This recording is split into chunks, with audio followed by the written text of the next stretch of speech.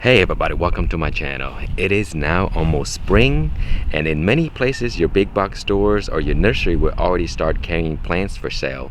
So every season I always try to buy a few pepper plants to add to my collection, because when you buy it they're already big and it's just easy and you don't have to start seeds and all that stuff. So when you buy the plants, don't always go for the biggest plants. I always go for the quantity. So in here I didn't choose the biggest plants, but I chose a pot with multiple plants. So now I have 3 plants for the price of the same as 1 plant. So when you take it home, they're very easy to divide. So to separate them, so these are the red ghosts, you just take it out of the container right here. You see the roots are not very long yet, so at this size they're very easy to separate. So once you take it out of the container, just give it a little spray of water like this,